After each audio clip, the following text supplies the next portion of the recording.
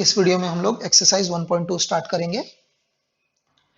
State whether the following statements are true और false, justify और answer. तो पहला क्वेश्चन है जिसमें हम लोगों को ट्रू और फॉल्स बताना है और आंसर को जस्टिफाई भी करना है। फर्स्ट क्वेश्चन देखो, every irrational number is a real number. ठीक है, तो ये तो हम लोगों को मालूम है कि रियल नंबर के दो पार्ट होते हैं, एक दो टाइप के होते हैं, एक इरेशनल और दूसरा रैशनल। तो हर इरेशनल नंबर तो रियल नंबर है, ये हम लोगों को मालूम ही है। लेकिन इसका रीजन क्या देंगे हम लोग कि देखो इरेशनल नंबर को हम लोग नंबर लाइन पे रिप्रेजेंट कर सकते हैं। तुमने अभी रिप्रेजेंट किया, अभी √2 √3 को नंबर लाइन पे रिप्रेजेंट किया है। आगे चल के आप तुम लोगों को है कि डेसिमल नंबर्स को भी ऐसे √2.3 √4 4.82 इनको भी नंबर लाइन पे रिप्रेजेंट करोगे। आगे आपको एक दो एक्सरसाइज के बाद है। तो ये सारे जो इरेशनल नंबर्स है ना, इनको हम लोग नंबर लाइन पे रिप्रेजेंट कर सकते हैं। और रियल नंबर का डेफिनेशन क्या है? हर वो नंबर जिनको हम लोग नंबर लाइन पे रिप्रेजेंट कर सकते हैं वो क्या होता है? Real number. मतलब ये जो इरेशनल नंबर है it is a real number. ठीक है, तो आप लिखोगे ये कि irrational number can be represented on number line, therefore irrational numbers are every irrational number is a real number. ऐसा, तो ये ट्रू है। सेकंड देखो, every point on the number line is of the form √m where m is a natural number. कि number line का हर point क्या है और किस फॉर्म में लिख सकते हैं हम लोग? √m के, जहां m क्या है? नेचुरल नंबर है। तो ये फॉल्स है। क्यों फॉल्स है? यहां देखो, √m की पॉसिबल वैल्यूज क्या है? जहां m नेचुरल नंबर हो, √1 मतलब 1, फिर √2, फिर √3, फिर √4 मतलब 2, यही पॉसिबल वैल्यूज है ना। लेकिन इनके बीच का कोई नंबर, समझो मैं √2 और √3 के बीच का कोई नंबर √2.3 लिख दूं, समझ में आया? अब ये भी तो नंबर लाइन पे आता है, इसको भी नंबर लाइन पे रिप्रेजेंट कर सकते हैं। आगे तुम लोग पढ़ोगे, ये इरेशनल नंबर है लेकिन है तो रियल नंबर, ये नंबर लाइन पे रिप्रेजेंट होगा। लेकिन यहाँ पे ये जो रूट के अंदर ये जो नंबर है 2.3, ये नेचुरल नंबर है क्या? नहीं। तो ऐसा कोई जरूरी नहीं है कि ये नंबर लाइन पे जितने भी नंबर्स हैं उनको हम लोग किसी नेचुरल नंबर के स्क्वायर रूट के फॉर्म में रिप्रेजेंट कर सके। ठीक है, आगे every real number is an irrational number, ये तो सीधे सीधे फॉल्स है। क्यों फॉल्स है? क्योंकि हमको मालूम है कि जो रियल नंबर होते हैं वो दो टाइप के होते हैं, एक रैशनल, क्यू से रिप्रेजेंट करते हैं, दूसरा इरेशनल।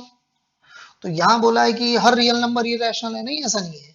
कुछ रियल नंबर जो होंगे वो रैशनल भी तो होंगे। जैसे समझो 2/5 है, ये रियल भी है, रैशनल है, इरेशनल थोड़ी है। तो ये बोलना कि हर रियल नंबर इरेशनल होगा, ये रॉन्ग हो जाएगा। तो ये फॉल्स है। Every real number is an irrational number, ये फॉल्स। ठीक। Are the square root of all positive integer irrational, कि सारे पॉजिटिव इंटीजर के स्क्वायर रूट इरेशनल होते हैं क्या? ये तो ऑब्वियस है, नहीं होते।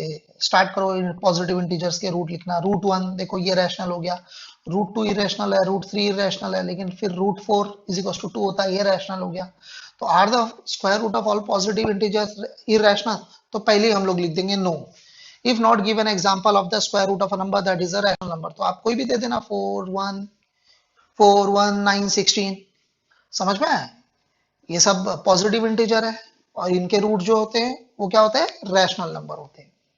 ठीक है, नेक्स्ट देखो, question number 3, show that √5 can be represented on the number line.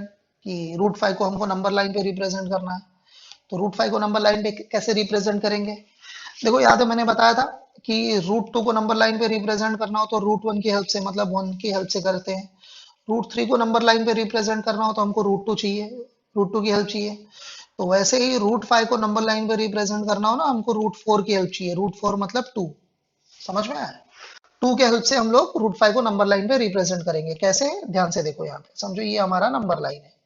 ठीक है, और ये 0 1 2 3, 1 2 यहाँ 3 तक बना। उसके बाद यहाँ पे अब क्या करना है, आपको मैंने √2 जो बनाना सिखाया था, एग्जैक्टली प्रोसीजर वही का वही है, कुछ भी नया नहीं है। ठीक है, उसके बाद हम लोग क्या करेंगे कि यहाँ पे 2 पे एक परपेंडिकुलर पे एक स्ट्रेट लाइन बनाएंगे जिसका लेंथ कितना होगा? 1। इसका लेंथ कितना होगा? 1। जितना जितना लेंथ यहाँ से यहाँ तक का है ना, उतना ही लेंथ एग्जैक्टली यही होगा। अगर समझो आपने 0 से 1 4 सेंटीमीटर लिया है, 0 से 1 ये 4 सेंटीमीटर, ये भी कितना होना चाहिए 4 सेंटीमीटर, ये भी कितना होना चाहिए 4 सेंटीमीटर, और ये वाला पार्ट भी कितना होना चाहिए 4 सेंटीमीटर। ठीक है, ऐसा। तो और क्या ध्यान रखना है कि 2 पे हमने जो ये लाइन ड्रॉ किया है ये परपेंडिकुलर होना चाहिए 90 डिग्री, प्रोटेक्टर यूज करके बनाना। समझ में आया? उसके बाद देखो फिर हम लोग क्या करेंगे कि ये यहां से इतना 2 हो गया, यहां से ये 1 हो गया, तो आप पाइथागोरस थ्योरम से चेक करोगे ना, ये जो हाइपोटेन्यूज है ये क्या हो जाएगा √5। समझ में आया? चेक कर लो पाइथागोरस से। समझो ये 0 भी है, इसको मैं ओ नाम दे देता हूँ, इसको मैं ए नाम दे देता हूँ, इसको मैं बी नाम दे देता हूँ। तो ये जो 90 डिग्री के सामने वाला साइड है इसको हम लोग क्या बोलते हैं हाइपोटेन्यूज। ठीक है, तो हाइपोटेन्यूज का स्क्वायर इज इक्वल टू बाकी दोनों साइड, बाकी दोनों साइड कौन सा है ये ओ ए और दूसरा ये ओ बी, बाकी दोनों साइड के स्क्वायर का सम। पाइथागोरस थ्योरम लास्ट वीडियो में मैंने डिटेल में बताया है। ओ ए कितना है 2, 2 का स्क्वायर, ओ बी कितना है 1, 1 का स्क्वायर, 2 का स्क्वायर 4, ये 1 का स्क्वायर 1, ये कितना हो गया 5। तो ओ बी स्क्वायर अगर 5 है तो ओ बी कितना होगा, दोनों साइड का स्क्वायर रूट कर लो, ओ बी स्क्वायर का स्क्वायर रूट निकालेंगे तो ओ बी आएगा, 5 का स्क्वायर रूट निकालेंगे क्या आएगा √5। ठीक है, 5 का स्क्वायर रूट नहीं निकल सकता, 5 का स्क्वायर रूट इरेशनल होता है, तो उसको सिर्फ √5 लिख देंगे, तो ओ बी क्या हो जाएगा √5। √5 हो गया, तो अब हम लोग क्या करेंगे, हम लोग यहाँ पे ये मैं रेड पेन यूज कर लेता हूँ, ये यहाँ पे आप अपना राउंडर का पॉइंट रखो और उसको पेंसिल यहाँ पे रखो, पेंसिल यहाँ पे रख के ये आर्क आपको बनाना है कि वो इस लाइन को यहाँ पे कट करे। तो ये जो वैल्यू है ये है √5। समझ में आया? ये है √5। उसके बाद √5 नंबर लाइन पे रिप्रेजेंट हो गया। अच्छा देखो ये क्लासरूम एक्टिविटी दिया है, construct the square root spiral. ये वही है √2 √3 √4 √5 कंटिन्यूअसली बनाते जाओ। सिर्फ एक स्टेप थोड़ा सा चेंज किया है। क्या चेंज किया है कि इसको नंबर लाइन पे नहीं बनाना है, मैं बताते जाता हूँ सेकंड पेज पे। बहुत सिंपल सी चीज है कि देखो यहाँ पे ये हमारा नंबर लाइन नहीं, यहाँ पे तो नंबर लाइन की एक्चुअल में जरूरत भी नहीं है, लेकिन ठीक है नंबर लाइन ले लिया है तो ठीक है।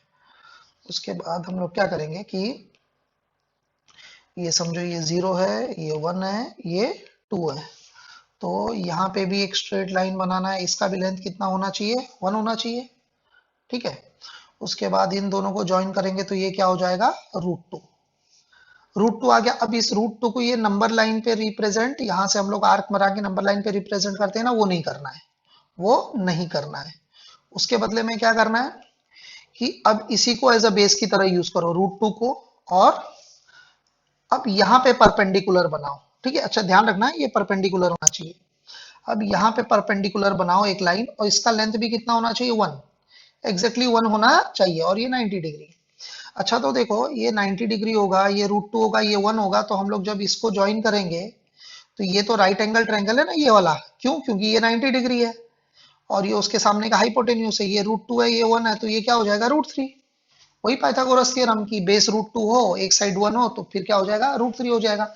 अच्छा फिर आगे क्या करेंगे, वही सेम प्रोसीजर को आगे बढ़ाते जाओ कि स्ट्रेट लाइन फिर हम लोग ड्रॉ करेंगे यहाँ पे परपेंडिकुलर, आप ड्रॉ करो यहाँ पे, इसका लेंथ भी कितना होना चाहिए 1 ही होना चाहिए। समझ में आया? और ध्यान में रखना ये 90 डिग्री होनी चाहिए। तो सोचो ये √3 है, ये 1 है, तो जब हम लोग इस दोनों को ज्वाइन करेंगे तो ये क्या बनेगा √4। क्या बनेगा, सॉरी √4 इज इक्वल टू 2, √4 तो 2 होता है, ध्यान में रखना ये 90 डिग्री होना चाहिए। तो ऐसे ही √5 √6 √7 √8 कंटिन्यूअसली बनाते जाओ। उसी को उन्होंने क्या नाम दिया है स्क्वायर रूट स्पाइरल। ठीक है, तो इसके साथ एक्सरसाइज 1.2 फिनिश होता है। नेक्स्ट वीडियो में मैं ये real number and their decimal expansion explain करूंगा।